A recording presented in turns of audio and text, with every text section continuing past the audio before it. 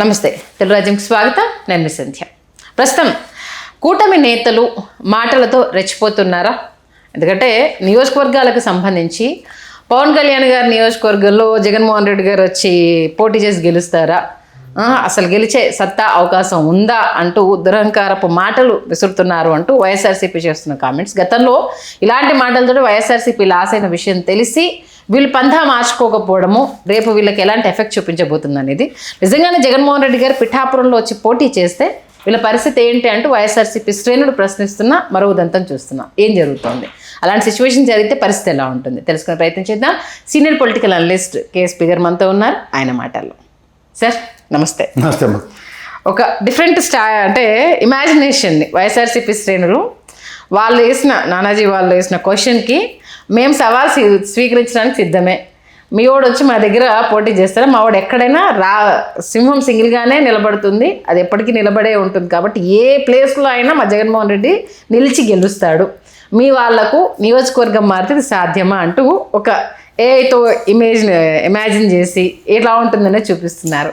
మీ ముందు ఇది పెడితే మీరేం చెప్తారు? నేను రెండు విషయాలు చెప్తాను ప్రజలకు అర్థమయ్యే విషయాలు. మొదటిది ఏంటంటే, స్థానికతని జస్టిఫై చేస్తున్న కుప్పం, స్థానికతని జస్టిఫై చేస్తున్న పులివెందుల. ఇక్కడి నుంచి ఓన్లీ ముఖ్యమంత్రులనే ప్రొడ్యూస్ చేశారు రెండు నియోజకవర్గాలు. అవును, అవి వాళ్ళ కంచుకోట్లు. రెండోది, తెలంగాణలో కేసీఆర్ గారు ఉన్నారు. ఇప్పుడు ఆయన ముఖ్యమంత్రి అయిన తర్వాత ఆయన నియోజకవర్గం నుంచి గజ్వేల్ కదా, గజ్వేల్ నుంచి నిలబడుతున్నాడు తప్ప ముందు ఆయన పోరాట యోధుడిగా ఉన్నప్పుడు మా ఊరినర నుంచి నిలబడ్డాడు, ఎక్కడి నుంచి నిలబడగలిగాడు. ఇది నాయకుడి పార్టీ అధినేత సామర్థ్యం, వాస్తవం.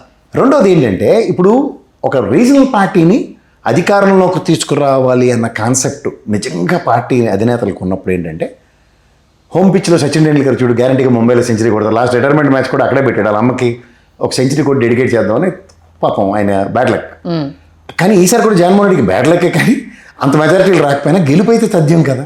ఓకే, ఇప్పుడు పవన్ కళ్యాణ్ గారు కూటమి కట్టక మునిపి ఇవన్నీ మాటలు చూసుకుంటే కుప్పంలో కూడా చంద్రబాబు గారు ఓడిపోతారన్న మాటలకు నేలటోడు కూడా మాట్లాడాడు. నేను మొన్నటి లేకుండా చెప్తున్నా. ఆ పరిస్థితికి అక్కడ సర్వం తానే నిలబడి పోరాటం చేసుకోవడానికి 10 తిరిగి హోమ్ పిచ్ని మళ్ళీ సెట్ చేసుకున్నాం చంద్రబాబు నాయుడు గారు. వై నాట్ 175 దాంట్లో ఆయన వెళ్ళి బౌన్స్ బ్యాక్ అక్కడ అమ్మో ఏదో జరగబోతుంది అన్నట్టు. కంపారిటివ్గా ఆయన కుప్పం మాజీ ముఖ్యమంత్రిగా అన్ని పర్యటనలు లేవు, అన్ని పర్యటనలు చేశాడు ఆయన 24 ఎలక్షన్స్ ముందు అయితే. ఎలక్షన్స్ ముందే కాదు, 5 సంవత్సరాల టెన్యూర్ కరోనా తర్వాత అయితే చీమ చిట్టుకుమల పరిగెట్టడం, తర్వాత ఆయన హోమ్ పిచ్ స్ట్రెంత్ చూపించాడు ఆయన. ఇది నేను మాట్లాడుతున్న దగ్గర ఇందులో రెండు విషయాలు చెప్పాలి. ఒకటి పవన్ కళ్యాణ్ అండ్ లోకేష్ గారు. ప్రజలు కెబుక్కని రెండు నియోజకవర్గాల్లో గాజువాకలోనూ భీమవరంలో తంతే సాధారణంగా నాకు తెలిసింది ఏంటంటే, ఎక్కడ పడితే అక్కడే లెగుస్తుంది. కానీ మా పవన్ కళ్యాణ్ చాలా వైవిధ్యభరితంగా పిఠాపురంలో లేచింది. మంగళగిరిలో ప్రజలు విరక్తి కలిగి తన్నారనుకో లేదా పడేశారనుకో, లోకేష్ మళ్ళీ మంగళగిరిలో నిలబడి గెలిచాడు. ఈ తేడా ఎప్పుడైతే స్వయం ప్రతిపత్తితో గెలవడం అన్నది నేపథ్యం, పట్టుదల పౌరుషం ప్రదర్శించడం లోకేష్ లాంటి తీసుకున్న నిర్ణయం. 5 సంవత్సరాలు నిరంతరంగా ఆ నియోజకవర్గానికి ఫోకస్డ్గా పనిచేశాడు. అక్కడ ఆర్కేలేట్ ఎమ్మెల్యే ఉన్నా సరే కమిట్మెంట్ టువర్డ్స్ నియోజకవర్గం చూపించగలిగాడు. మా నాన్న కుప్పంకి ఏం చేస్తాడో నేను దీనికి ఇది చేయగలను చెప్పి ప్రజల్లో ఒక మమకారాన్ని పెంచుకున్నాడు. అదే సక్సెస్. కానీ మనోడు గాలివాటం పులుకు కదా, గాలివాటం పులి ఎలా ఉంటుంది, పులికి రెక్కలు వస్తే ఎలా ఉంటుంది, ఎక్కడ పడితే అక్కడ ఎగిరి నేను యుద్ధం చేయగలను అనుకుంటుంది. కానీ అక్కడ ఏమవుతుందంటే, అడవి బయటకు వచ్చిన తర్వాత ఒక విషవలయంలో చిక్కుకుంటుంది. ప్రజలు అయితే ఫారెస్ట్ అధికారులు వల్ల వేసుకుంటారు, బోన్లు ఎట్టి మరతెట్టేస్తారన్న విషయం మర్చిపోయింది. లేళ్ళని జింకల్ని ఆటాడినంత సులువుగా దాని ఒరిజినల్ కెపాసిటీతో సింహాలను మోటేసి కొట్టే అంత నేపథ్యాలు ఉన్న పుల్లు సింహాలని కబుర్లు చెప్పే పవన్ కళ్యాణ్ గడ్డాలు గీసుకోవని సినిమా డైలాగుల దగ్గర ఆశ్చర్యకరంగా భీమవరంలో తన్నా గాజువాకలో తన్నా పిఠాపురంలో పడి లేచాడు. అది ఆశ్చర్యకరమైన విషయం.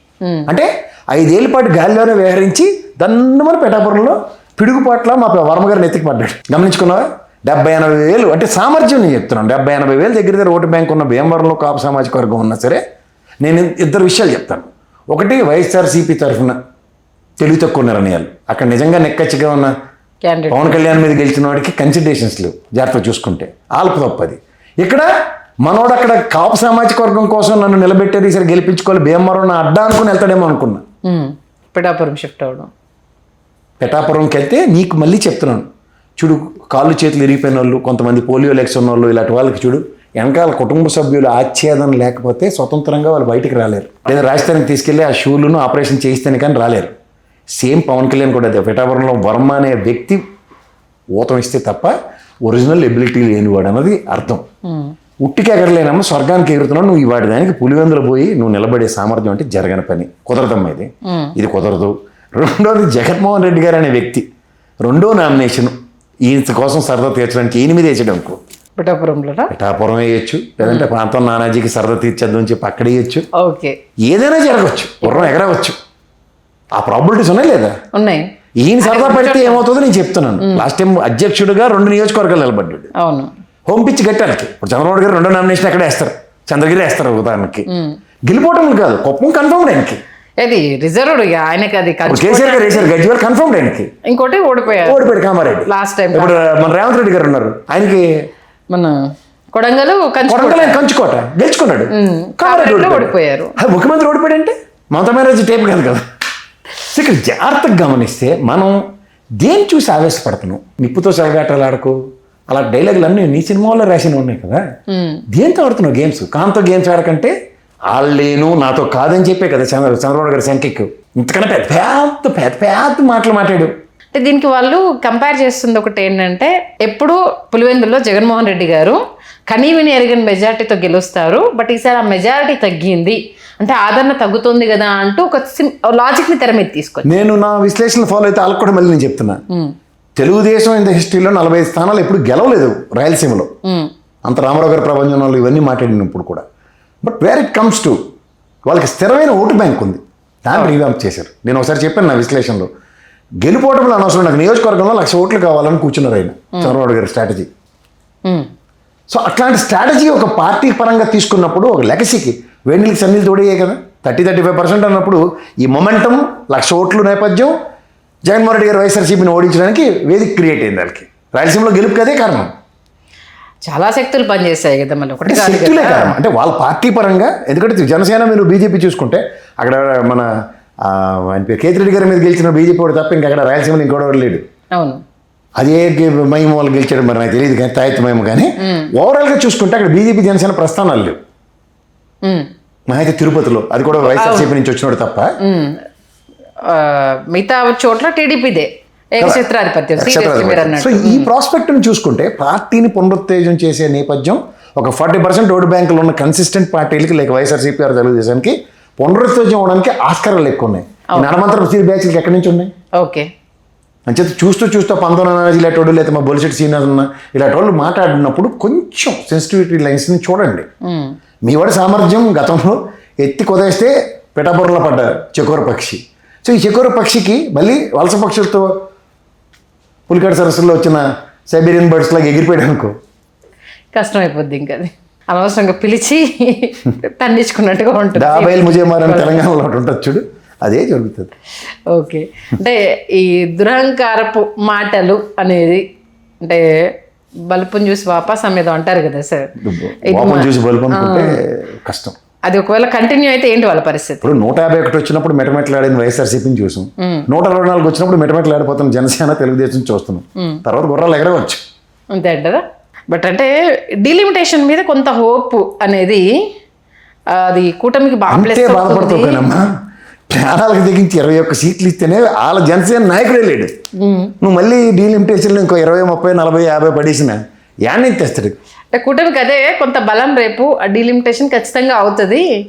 ఆ పెరగడము ఎందుకంటే టీడీపీకి ఉన్న బూత్ స్థాయి లెవెల్ ఏంటనేది మనకు తెలుసు. ఆ నేపథ్యంలో వీళ్ళకి సీట్లు పెరుగుతాయి కాబట్టి మన ఏంటిది కాప్ సామాజిక వర్గం కొంత రిలేటెడ్గా నడిచే అవకాశం ఉంటుందని ఒక వాదాన్ని. దీనికి ఈయన 175 నియోజకవర్గాలు నిలబడే సామర్థ్యం లేదా 220 స్థానాలకు నిలబడే సామర్థ్యమా అక్కడే వెళ్ళిపోతుంది కదా. ఓకే, నీకు మళ్ళీ చెప్తున్నాడు, ముఖ్యమంత్రిగా నిలబడాలంటే first priority you need to contest in all నియోజకవర్గాలు. ఆర్ కుమారస్వామి లాగే గెలిచిన స్థానాలతో గేమ్ చేసే నేపథ్యం కాదు. కింగ్ మేకర్ అంత సీన్ మనోడికి లేదు. కానీ నువ్వు అనవసరం టెన్షన్ పడక. అంతేనా? నిజంగా మంచి విశ్లేషణ సార్. అంటే అప్పుడు సీఎంల సామర్థ్యాలు ఏంటి, కేసీఆర్ గారు రేవంత్ రెడ్డి గారికి ఎలాంటి సొంత నియోజకవర్గంలో ఉండే బలము పక్క దాంట్లో ఉండదు అన్న ఒక మంచి విశ్లేషణ. అంటే ఎవరైనా విన్నా కూడా అరే ప్రసాద్ గారు చెప్పేది కరెక్టే కదా అన్నట్టుగా. కరెక్ట్ కాదమ్మా, ఇప్పుడు వాళ్ళు నేల విడిచి సాం చేయలేదు.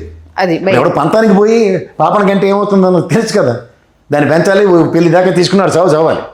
కానీ కాదు కదా, ఇక్కడ నాకు ఒక స్థానం నేను గెలుస్తాను, కానీ రెండోది హైపోథెటికల్గా నా చరిష్మాతో లీడ్ అవుతుందా లేదా అన్నది చూసుకుని నేను ఇప్పుడు మెయిన్ వాళ్ళ సొంతాన్ని స్టాలిన్ గారికి అక్కడ మమతా బెనర్జీకి జరిగింది చూసాం కదా. అవును. సో ఇట్లాంటివి చాలా స్ట్రాటజికల్గా ఉంటారు, ఒకటి మీద పంతాలు బోర్రు. రాజకీయ క్షేత్రంలో 5 సంవత్సరాలు సమాధి కట్టుకోవడానికి అక్బర్ అనార్కలి కథలు చదువుకున్నవాడు రాడు. ప్రామినెంట్ లీడర్ కేసీఆర్కే ఓటమి తప్పలా, ఎవరికైనా తప్పదమ్మా. ఇప్పుడు దేశాన్ని శాసించే స్థాయికి దిగిపోయిన మమతా బెనర్జీకి దిక్కులేదు, కేజ్రీవాల్ అటుడికి దిక్కులేదు, స్టాలిన్కి దిక్కులే, ఆయన ఓడిపోవడం ఏంటి? స్టాలిన్ ఓడిపోవడం అనేది. అవును. సో ఇవన్నీ చరిత్ర, మనం ఇవి చూసుకొని we need to learn lessons out of it. ఖచ్చితంగా నిజంగా అంటే మీ స్టైల్ ఆఫ్ వేలో మీరు అద్భుతమైన విశ్లేషణ sir. Thank you so much. Thanks అమ్మా.